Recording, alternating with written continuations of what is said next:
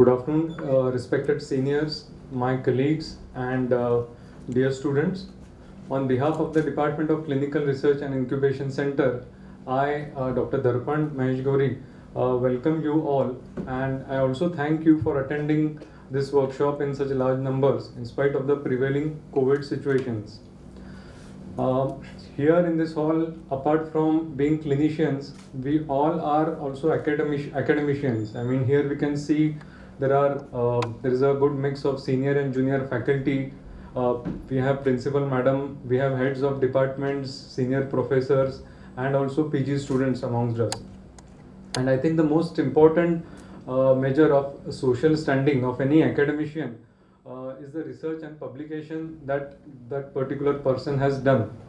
And I think we all should consistently and continuously try to achieve that. With increasing awareness among the students and the faculty, our institutes, that is MIMER and College of Physiotherapy, are slowly developing into very prominent places for research and are making their presence felt in many academic platforms. We should now try to further capitalize on this and try to present our research to a more larger and a more global audience, and that can be done only if we choose the right journals for our research work. And so this workshop, it is to get some insights on the know-how of the process of publishing. The faculty today are very own Dr. Varun Jaiswal. He is a professor at MIRS College of Physiotherapy, and he also heads the research wing of the institute. He is also pursuing his PhD. Our other speaker are also our very own Dr. Digant Gupta. He is a clinical research consultant who has worked in a few research centers in the US over many years and has over 85 international publications to his name. And by the time I'll request Dr. Digant Gupta to take over from here. Thank you, Dr. Darpan, and respected faculty, dear students. It's a pleasure to be here and share our experience on publishing in the right journals. So today's session, so these are some of the topics that we will be talking through in our talk today. We will start with a very quick overview of biomedical journals. We will look at the different publishing models, and what we mean by that is there is a combination of open access journals and traditional subscription based journals that we are aware of. We will look at the differences between the two and also try to break some of the myths that exist in the scientific community regarding the differences between those two types. The crux of the session today will be on how to find the right journal. So you have already spent so much time and effort doing your research, collecting data, you have written a paper, you have got that paper peer reviewed by your colleagues, and now one of the biggest challenges we face is how do we identify the right home for our paper without having to spend a lot of time in going one journal after another, because as you know, the process of publication can take months. So we want to make sure how we can optimize that effort by carefully choosing the journal. What are some of the criteria we should keep in mind before we decide upon a particular journal? Then we will briefly talk about once we have shortlisted the journal, every journal has a very detailed instructions for authors, as we all know. And if we do not follow those instructions, it leads to significant delays in the publication of our, or at least the consideration of our paper by the journal. So we will look at the importance of adhering or complying with the journal guidelines. After that, I will hand over to my colleague Dr. Varun, who is going to walk us through some of the key terms and concepts in the publication world. One most important concept is that of indexing. So where is the journal indexed? We have all heard of things like Web of Science, PubMed, and other indexing bodies. So what are some of those bodies? How do we know whether the journal is really indexed in those bodies? And what does it really mean? For example, if a journal is indexed in PubMed, does it give us some sense of credibility, whether we can go with that journal or not? So we are going to be looking at some of those things. Impact factor. So how prestigious is the journal? That is always one of the key questions that comes in our mind. We all want to publish our research in the most impactful journals, but at the end of the day, we have to be realistic about our research also. Is our research really novel? Does it really use some kind of a novel research methodology? Does it provide some findings which do not exist in the literature? Is it going to be a landmark paper that is going to change the practice of medicine? These are all the questions we have to ask ourselves and accordingly set our expectations. So not every journal can be published in Lancet or New England Journal of Medicine or Cell or Science. So we have to be realistic. But at the same time, we should choose the journal which really matches the scope of our paper, and that is what this whole talk is all about. I would encourage you to ask questions as we move along, but at the same time, we will have a dedicated question and answer session towards the end also. Please note that today's workshop, the focus is on choosing the right journal, not discussing how to write a good scientific paper. We have covered that in the past, and if there is a need, we can cover that in future sessions as well.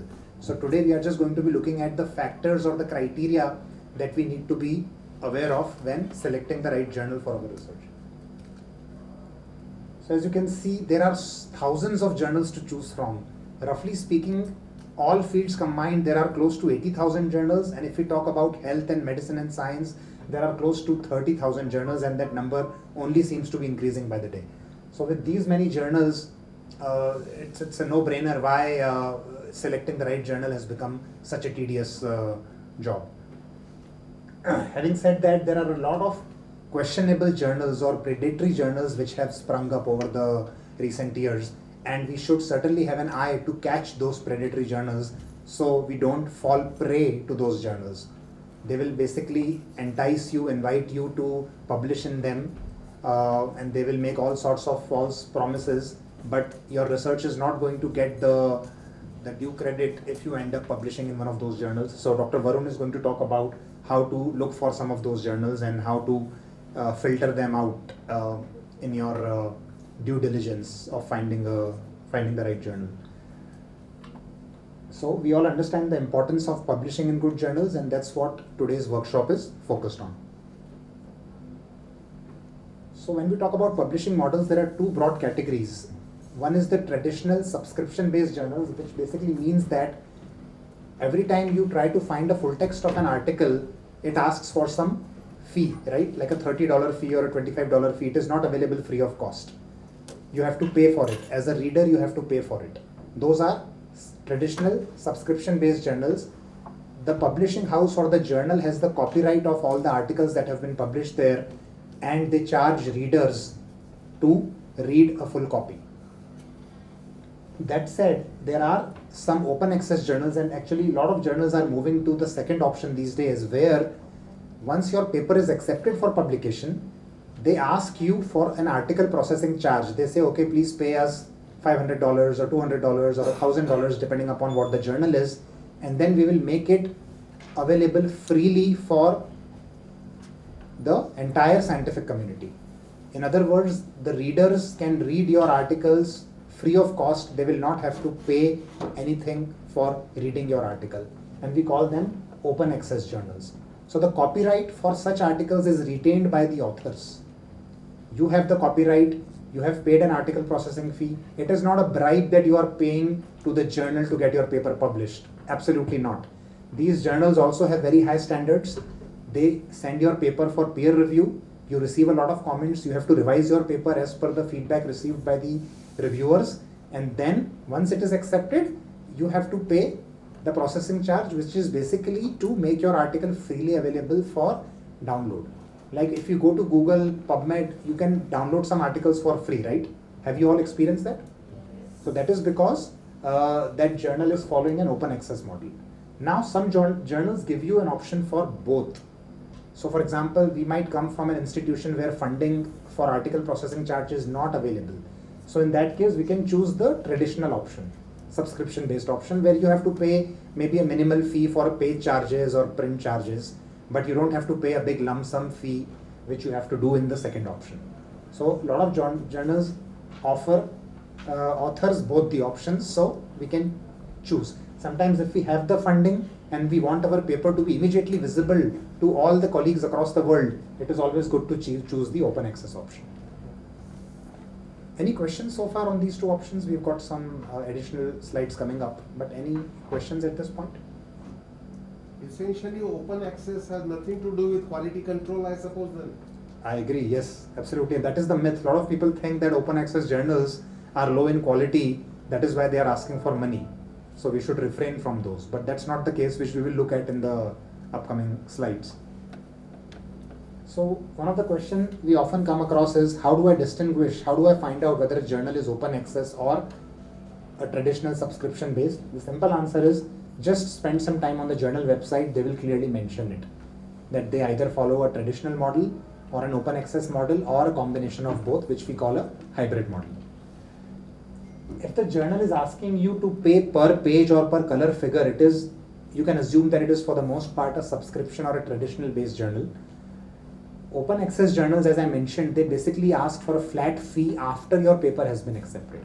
But they mention it beforehand that once your paper is accepted, you will be required to pay a certain article processing charge. So this can help you differentiate between the two. So if the journal mentions an article processing charge, for the most part, you can make an assumption that it's an open access journal. Another question we often come across is, you've got two options. Should I publish in an open access journal which has a low impact factor, or should I go for a traditional subscription based journal with a high impact factor? The biggest myth is, as Sir rightly pointed out, publishing option has nothing to do with quality or impact factor. There are open access journals which are very high in quality, and there could be subscription based journals which are very low in quality. So you should not use open access versus subscription as the criteria to decide the quality or the impact of a journal. That's the key message of the slide. If prestige or impact is what you are looking for, you really believe your research paper is good enough to be published in a high-end journal, go for a journal with a high impact factor regardless of whether it is open access or traditional. On the other hand, most of us are in a position where our research is not groundbreaking research or a landmark research, it is adding something new to the existing body of evidence.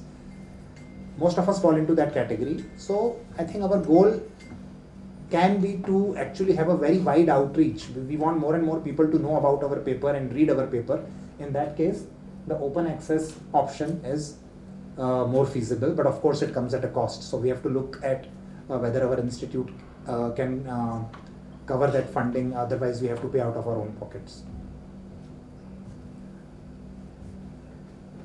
Okay, then another question we often come across is, are there any open access journals which do not charge a fee?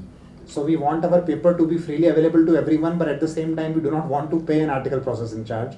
So there is something called as the DOAG, or Directory of Open Access Journals. If you go to that, you can see a listing of all the journals which are open access or provide an open access option, and there you can also find the corresponding charges for each journal, and then you can choose whether is it something that fits within your budget. If not, there are ways to request waivers from those journals, but you have to approach the editor in advance. So if you want to publish in an open access journal, but it is asking for say $1,000, our institute cannot afford it, you can always write an email to the editor asking for a reduction in the fee or a complete waiver of the fee. That is always an option. So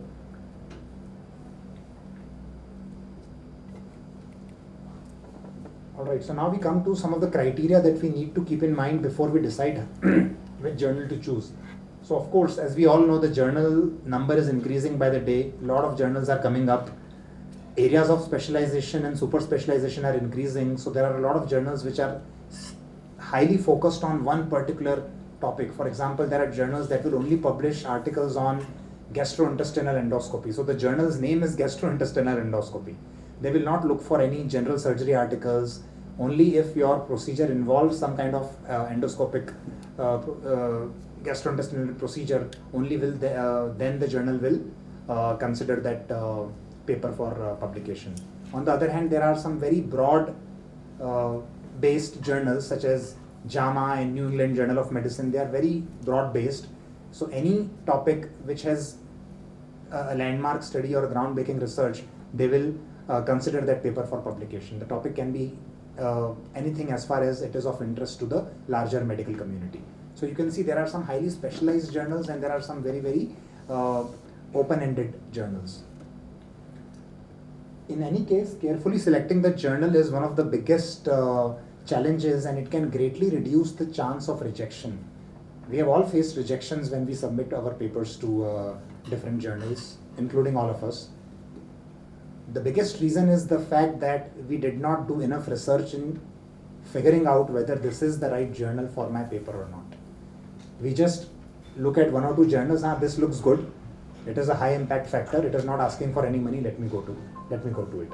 And then after 3 weeks or 4 weeks, you will get an email saying that, sorry, we receive a lot more manuscripts that we can actually publish, so unfortunately we won't be able to consider your paper for publication in our journal. You have wasted 3 or 4 weeks of your time, and you do that again. It's very demotivating to begin with, right? Once we come out of our depression, it's another few weeks, then we do the same exercise with some other journal, and this can go on for 2, 3, 4, 5, 6 journals. It can go on till you hit a jackpot, and then you become so desperate that you just fall prey to those predatory journals, because you are so desperate to get it published. Now whatever journal approaches you, or you think it will take our paper, you end up submitting, right? How many of us have experienced this kind of a scenario? I have, certainly. So a lot of us have experienced that in our professional lives. Hopefully after today's session we can all be a bit more selective in choosing the right journal. Okay, so the first and the foremost question you need to answer is, first, you of course know what your research is all about, what your paper is all about.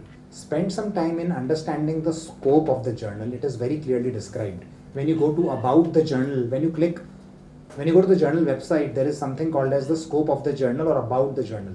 Spend some time reading that, see what kind of papers does this journal accept or publish, and see if there is a match between what your article talks about versus what the scope of the journal is.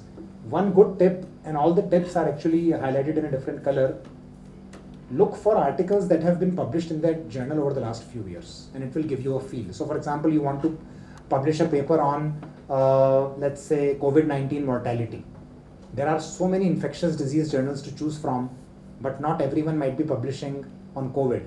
You can actually go to a few journals which you have shortlisted, see what their scope is, and have they recently published similar articles.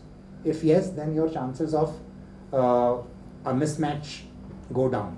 You are more likely to provided your research is of course authentic and methodologically rigorous, you are likely to find the right journal in the first instance itself. Journals are very specific about their subject area. So when we say pathology, I have given a pathology example here. If you go to pathology journals on Google, you will end up finding, I don't know, maybe 50 to 100 pathology journals all over the world. But not all pathology journals are going to accept papers on all aspects of pathology. There is a journal called Histopathology. The name itself suggests that its focus is going to be on histopath. Then there is a Journal of Pathology, which is much more broad-based, and it will look for articles published on any aspect of pathology. So if you have a very specific article on histopathology, it will be better if you target a very specialized journal, versus if your article is a more general article which is applicable to, say, all practicing pathologists for the most part, then you can try to go for a broad-based journal. Again, the bottom line is that you have to spend some time understanding the journal and what kind of papers does it publish. Sometimes we have a case study and we realize that a lot of journals, they don't accept case studies. So each journal will mention that what are the type of articles they accept. So sometimes what we do is we end up sending a case study to a journal only to realize later that this journal does not consider case studies at all. It is only looking for original research articles or review articles, for example. So it is important to understand the type of the paper also that a journal. Another question to ask is, what is the readership and target audience of the journal? We have kind of covered it briefly in the previous slide itself. Look for the popularity. Is the journal that you are looking for widely known? Do your colleagues know about it? Is it well respected? And we all know that, right? Everyone knows the top 2 or 3 journals in their field. Another distinction is between a multidisciplinary or a specialty journal. one of the questions that often comes up is, say if your research is interdepartmental research or multidisciplinary research, where you are looking at, say for example, the role of nutrition in some orthopedic surgery. So all of a sudden your article has two focus areas. One is on nutrition, one is on orthopedics.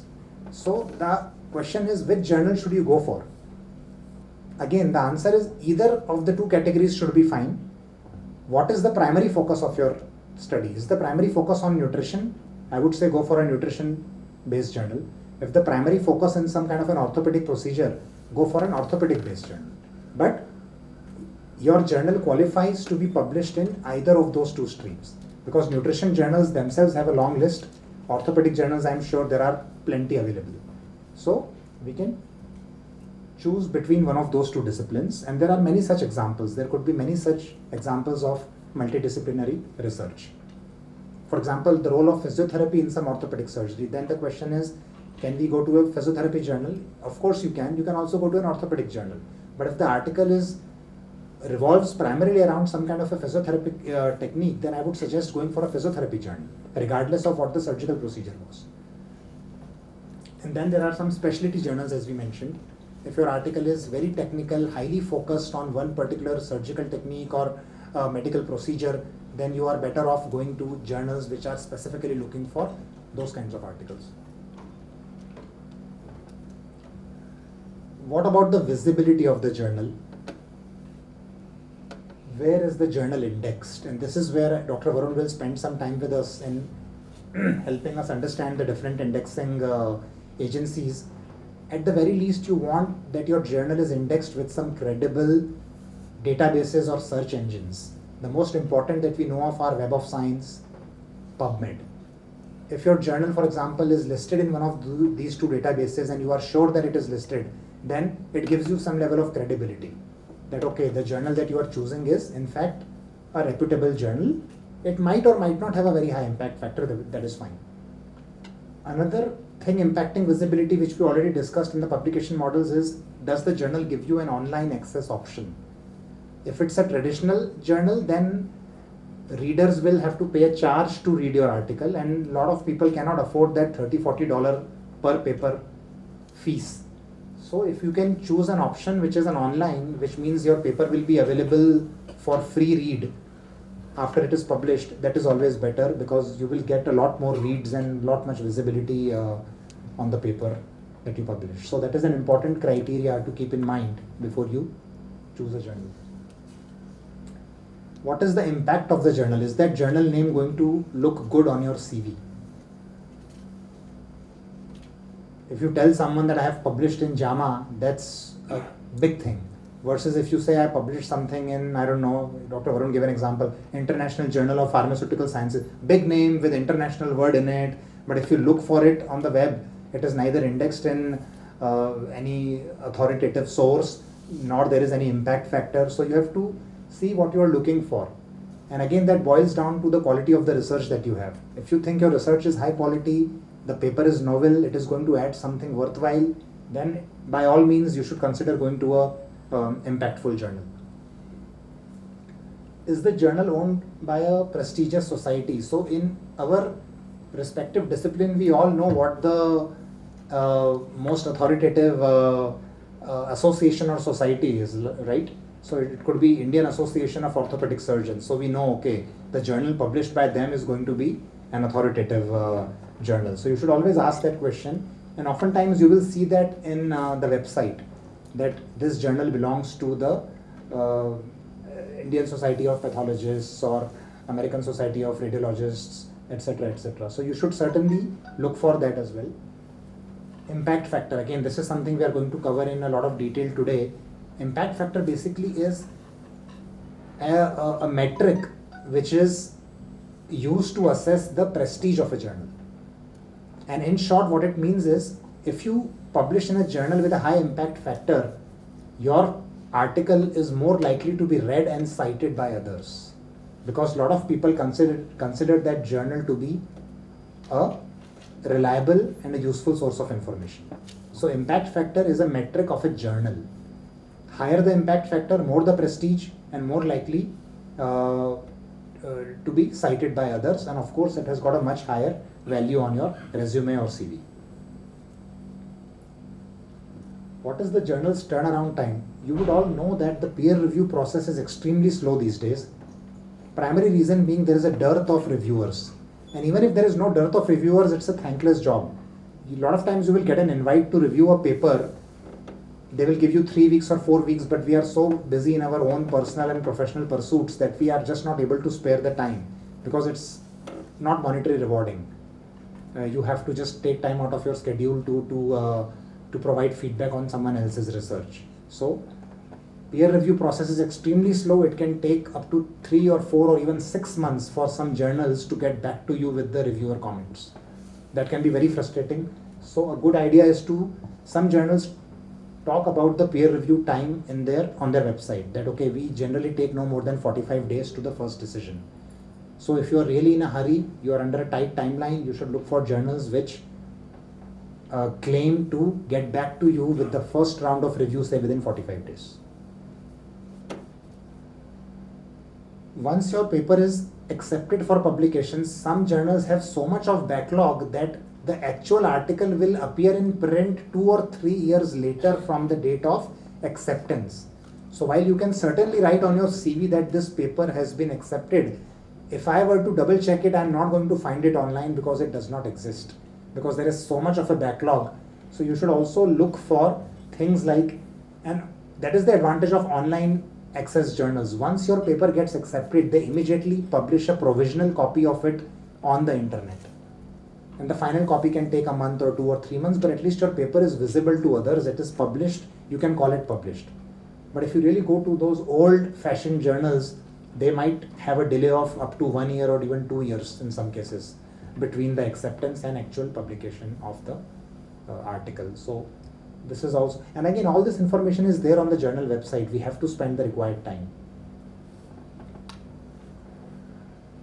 This is my recommendation personally. This is something I use for my own research, is what I call a pre-submission inquiry.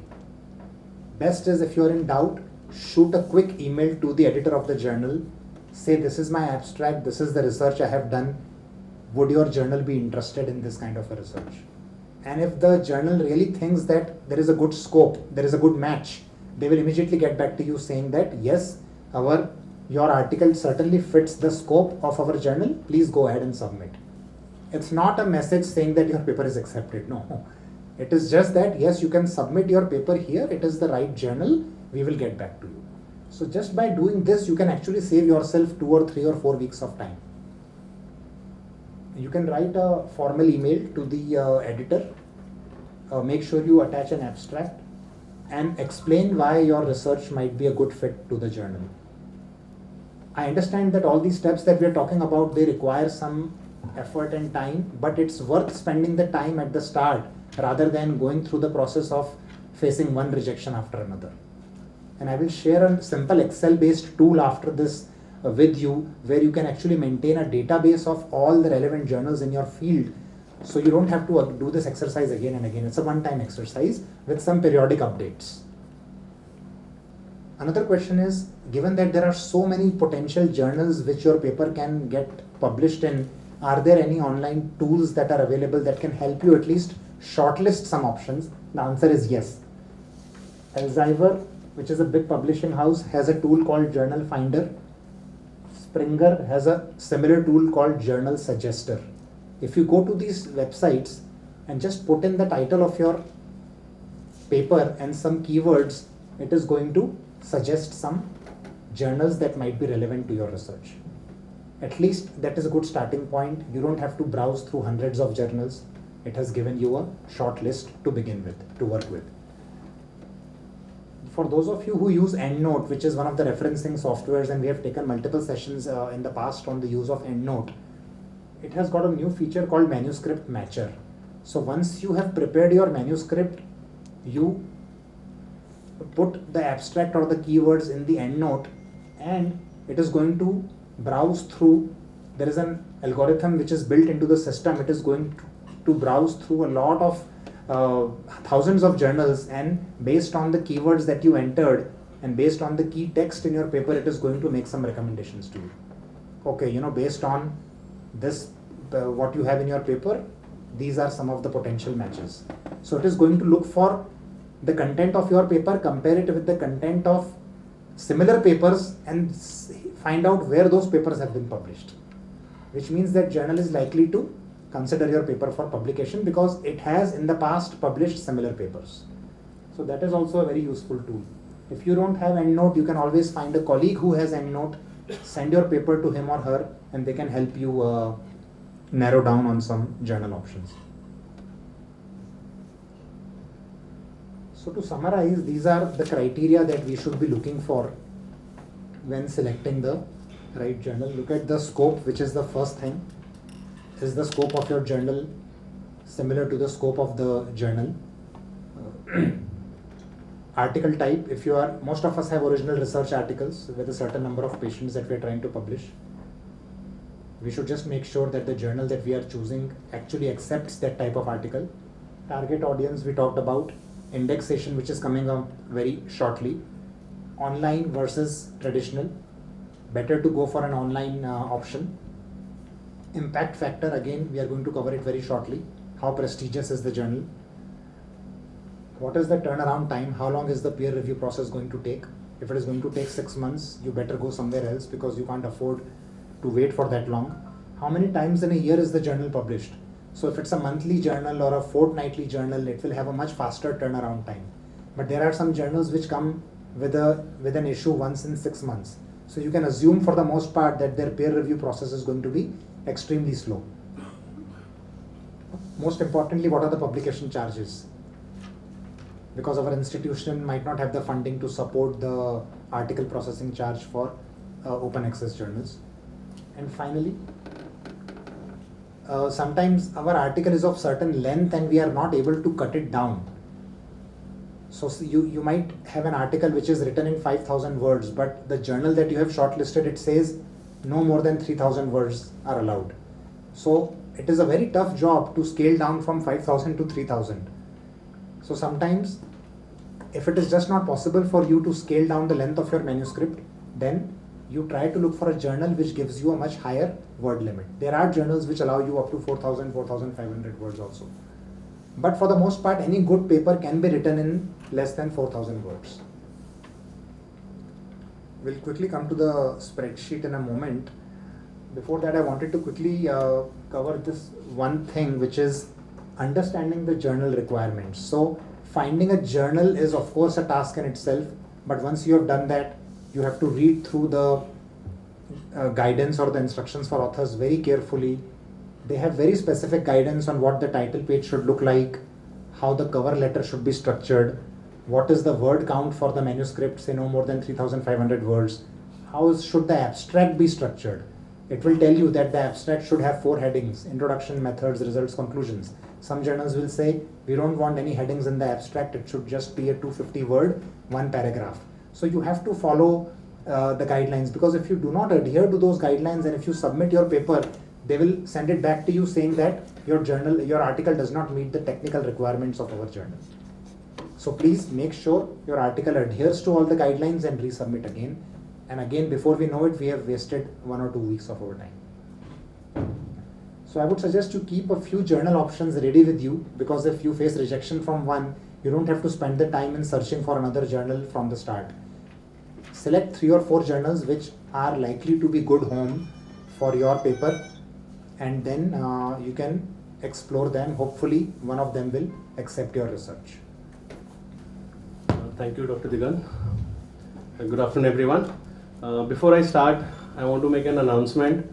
Like a recent international conference conducted by Sancheti Institute of Orthopedic and Rehab, Scientifica, a research done by Cardiorespiratory Department in Physiotherapy College, and it was presented by Dr. Ramya in the international conference, and it stood first, the paper stood first amongst the more than 30 papers on COVID research. So we did some research on post-COVID patients, and that work was presented, and it stood first among more than 30 papers. Thank you. So coming to the indexing part, I just want to have a small poll.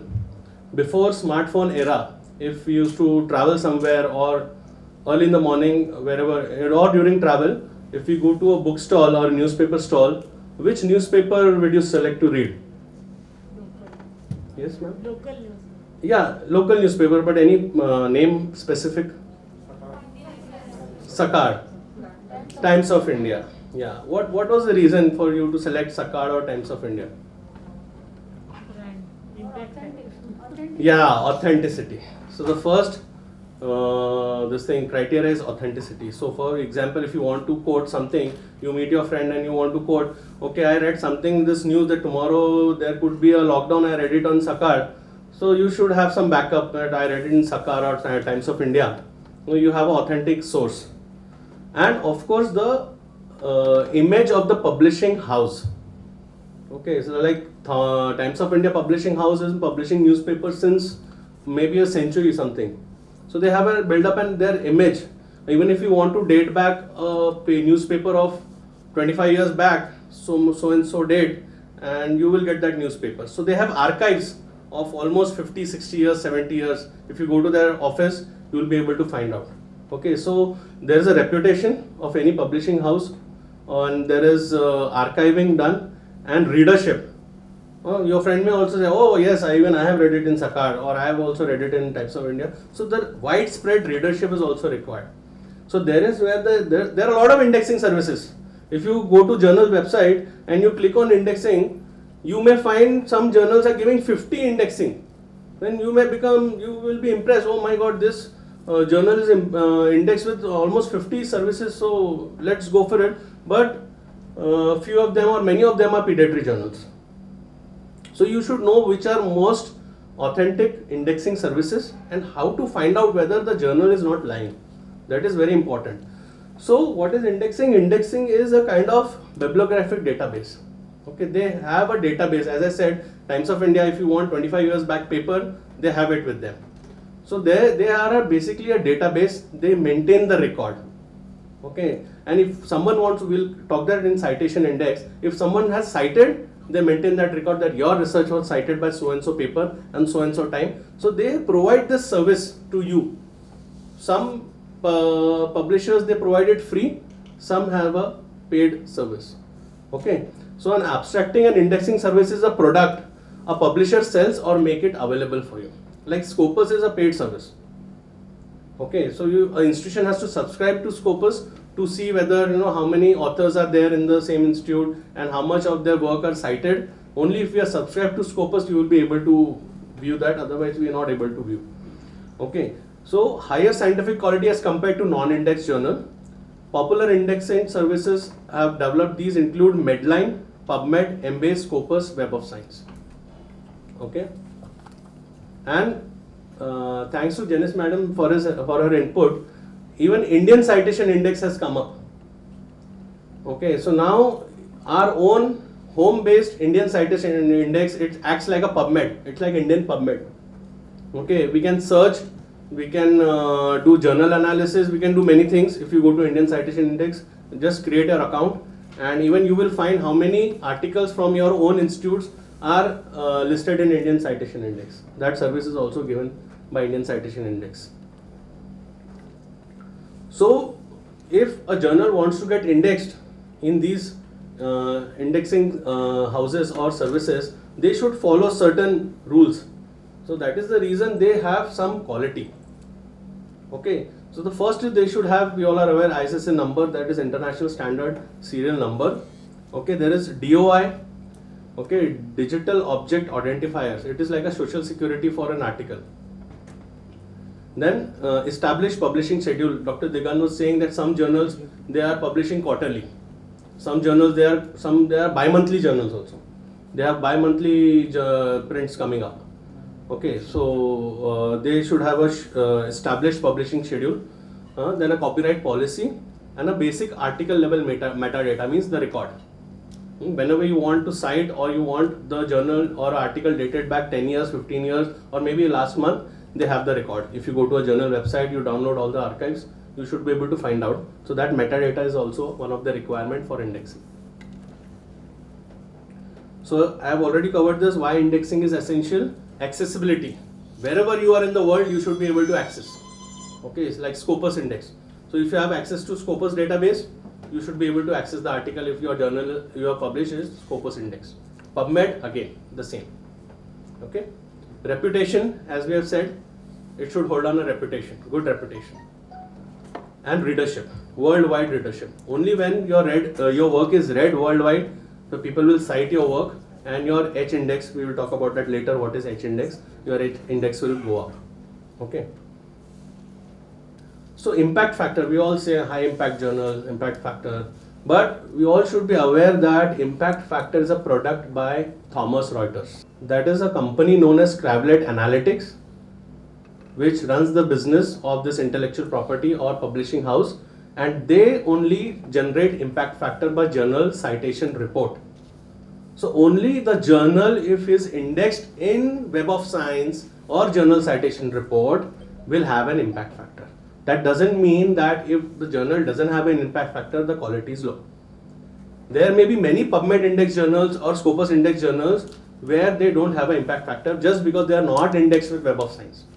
Or there may be a Web of Science journals which are not indexed with PubMed. Okay? So if you find a journal boldly displaying impact factor on their website, just go and check on Web of Science database whether the journal exists there indexing or not. That is a preliminary check. I'll show you how to check it. I have put the screenshot. Okay. So impact factor is not for all journals. Okay, it is a product by Cravlet Analytics. Okay, just like Scopus, this is also another company. Okay, Wolters Kluwer, Scopus, Cravlet Analytics, these are all leaders in publishing house or scientific journals. Okay, so impact factor is not available for all index journals. In fact, not all journals indexed, even in Medline, PubMed are indexed in Thomson Reuters journal citation report. Similarly, not all journals indexed in Thomson Reuters journals reports are consequently have impact factor are listed in PubMed and Medline. So as I said, it could be either ways. Okay, so it is given by journal citation report. So for authentic impact factor, you all should Google Web of Science master list. Okay, you will find this. This is for journal citation report. Okay, just journal citation report is a product of Web of Science, and that is Cravlet Analytics, the logo of the company. Okay, so you should Google for master list of Web of Science. The website will flash in, and you have to just simply register there with your email ID and account. Okay, and once you open it, you should be able to browse whether the journal is present in this database or not. Okay, so the database is Web of Science. So coming to citation index. Okay, so citation is, as is said, citation are an acknowledgement of intellectual depth. If you're citing someone's work, it is our moral responsibility to give a due credit. But who will keep this record? I have 5 publications and my work has been cited by some ex-author, but who's going to keep this record? It is all global nowadays. So there are these services, Scopus, Web of Science, they keep this record. Your work cited by 10 people. So if you open into your account, they will let you know that your work has been cited by so and so people. And there your H index is calculated. Okay. So citation index again. So for all this manpower is required. Hence they charge for their services. Okay. A citation index is a kind of bibliographic database. Again, it is a database. An index of citation between publication, what is being done currently and what was done. So between the publication, who all have cited, who all work. So that record they keep. So that is your citation index. If your citation index, as Dr. Digant said, many of your people have cited your work, that means your value is higher, your CV value is higher. So the major citation indexing services are ISI, Institute of Scientific Information, which is now a part of Thomson Reuters, that is Web of Science. Okay, and Web of Science will have different indexes, Science Citation Index, Science Citation Index Expanded. If you just go to Web of Science website, you will be able to see these indexes. So journals will also put this indexed in Science Citation Index Web of Science, indexed in Science Citation Index Expanded Web of Science, like that. So once you see those words, it is always to have a double check, go to Web of Science website or master list, type the name of the journal and see whether it exists there or not. If it doesn't exist there, that means the journal is pediatric. There are many n number of journals doing this. Okay. So again, elsewhere, as I said, Scopus also giving this service to measure your citations. So basically Web of Science and Elsevier. Now H-index. So like there are journal level metrics where the journal is indexed, whether it has impact factor or not. Those are journal level metrics. Now there are certain author level metrics. How authentic the author is or how good the author is. So that is, there is H-index for. Now for example, the H-index is 15. If you have 15 papers cited 15 times or more, then your H-index becomes 15. If your H-index is 20, you have 20 papers cited for 20 times or more. So this record, this H-index is calculated even by Google Scholar nowadays. Okay, Google Scholar also provides this. So this is the website for Indian Citation Index. Okay, so I request all of you to open your account. I think ma'am NAC is guidelines from NAC ma'am or from UGC? NAC. So in future inspections we may be requiring, so it is advisable to open your account in Indian Citation Index. You may find your own old publications there in your own account with related to your institute's name or your name. It is similar like PubMed Scopus, what it has come up for us. So again, Indian Citation Index is a database where abstract and citation database intended to measure and perform two basic functions. General literature search. Okay, there are more than 1,000 journals right now with them. Okay, and they are keep adding also. I don't know in future. Okay, and evaluation using citation similar to international databases. So they may provide you citation services also. Now common mistake, most common mistake what we all do when we search for the journal. Okay, we go to Google and we search UGC approved journal. This name itself should ring a bell. Okay, whenever a journal says we are UGC approved, that means they are playing around. There is no term such as UGC approved journal. Okay, there is UGC care listed journals. Okay, so if you see this journal what I have marked here, okay, UGC approved journal at lowest price within 1 day. Finish. This is a pediatric journal, but as Digant sir said, we get so desperate and we get so frustrated that कहीं ना कहीं तो publication करना ही है, कहीं नहीं हो रहा है, we are getting rejections. Come on, they are showing advertising that way, let's go ahead and do it. But then even if our efforts goes in vain if we publish in this, it is not counted anywhere. So there is UGC care list. You should go on UGC care listed website. Again, register yourself, open your account and find for a journal. Why I am saying, because today the journal may be PubMed index, or today a journal may be a UGC care listed, or today maybe a journal may be a Scopus index. But if they don't fulfill the criteria in the coming year, they may be removed from that list. So if you know that this year this journal is PubMed index, or for chance you are not able to publish in that particular journal, and next year you have that memory, okay, that journal is PubMed index and I will go ahead and publish, maybe in that year they must have removed it from the list. Okay, so it is always better to double check, go to the website, the database website, you have your registered account number, you can have the username and the password same for all accounts, Web of Science, PubMed, and even your Scopus and UGC care list, and log in and just search with ISSN number or title of the journal. Even for then Scamago journal ranking, that is the product by Scopus, it doesn't require any registration.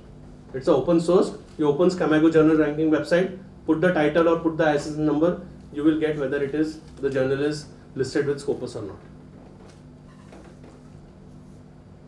Okay, so this is the login account page of University Grants Commission. So Consortium for Academic and Research Ethics, UGC CARE.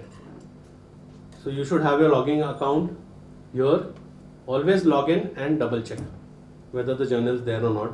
So for the same journal, this International Journal of All Research, Education and Scientific Methods. So if you see, they are listed with Thomson Reuters, Google Scholar, Bing, Index Copernicus. So there, see, as I said, there may be 50 index, they will say. Okay. But now if I go and check, even on Google they were saying they are UGC approved journal. So in UGC care list, no such journal exists. I was checking with the ISSN number. Here is the ISSN number, and if I have put the same ISSN number here, no any journal. So they are not with UGC. Okay. Second thing, logging account of Web of Science, the same journal. This is how it looks. Web of Science. Web of Science Master Journal List. Very simple 2-step process to open your account over there. And once you log in, you put the title here. Did you mean this journal? There is no such journal exists in Thomson Reuters database.